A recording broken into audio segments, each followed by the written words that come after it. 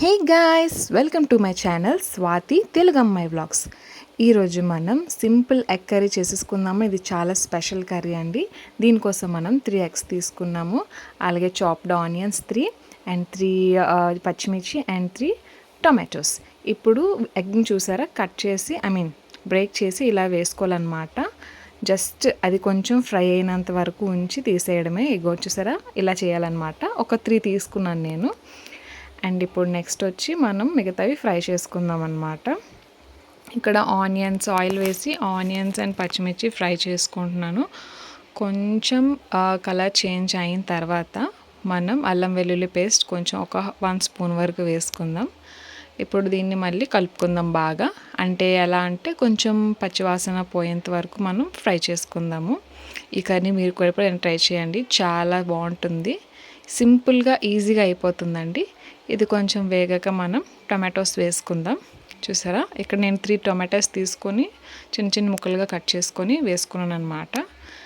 ఇలా బాగా కలుపుకున్న తర్వాత కొంచెం మగ్గాలన్నమాట టొమాటోస్. చూసారా, ఇలా మగ్గిన తర్వాత కొంచెం పసుపు అండ్ కొంచెం ఉప్పు, అంటే 1 స్పూన్ వేసుకున్నాను. అండ్ నెక్స్ట్ కొంచెం 1 స్పూన్ కారం వేసుకోవాలి. అండ్ ధనియాల పొడి ఈజ్ వెరీ ఇంపార్టెంట్. ధనియాల పొడి 1 స్పూన్ వేసుకొని బాగా ఫ్రై చేయాలి. ఈ కర్రీ మనం దగ్గరగా చేసుకుంటున్నాం కాబట్టి ఎంత ఫ్రై అయితే అంత మంచిదండి. ఎప్పుడైనా కర్రీ టేస్ట్ అనేది ఆనియన్స్ ఫ్రై అవ్వడంలోనే ఉంటుంది. ఇది ఒక చిన్న టిప్ అనమాట. ఎప్పుడైనా ఏదైనా కర్రీకి అలా ట్రై చేసి చూడండి.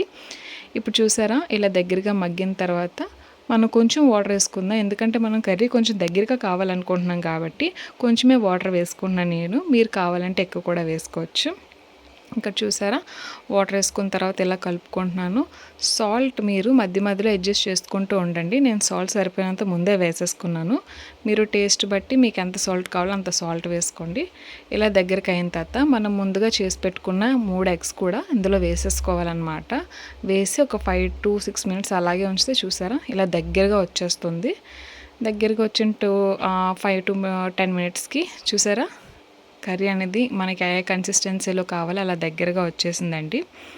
ఇలా మనం అన్నంలో కలుపుకొని వేడి అన్నంలో కలుపుకొని తింటే ఉంటుందండి. సూపర్ అంటే సూపర్. అంటే ఇది లంచ్ బాక్స్లోకి చాలా బాగుంటుందండి. ట్రై చేయండి.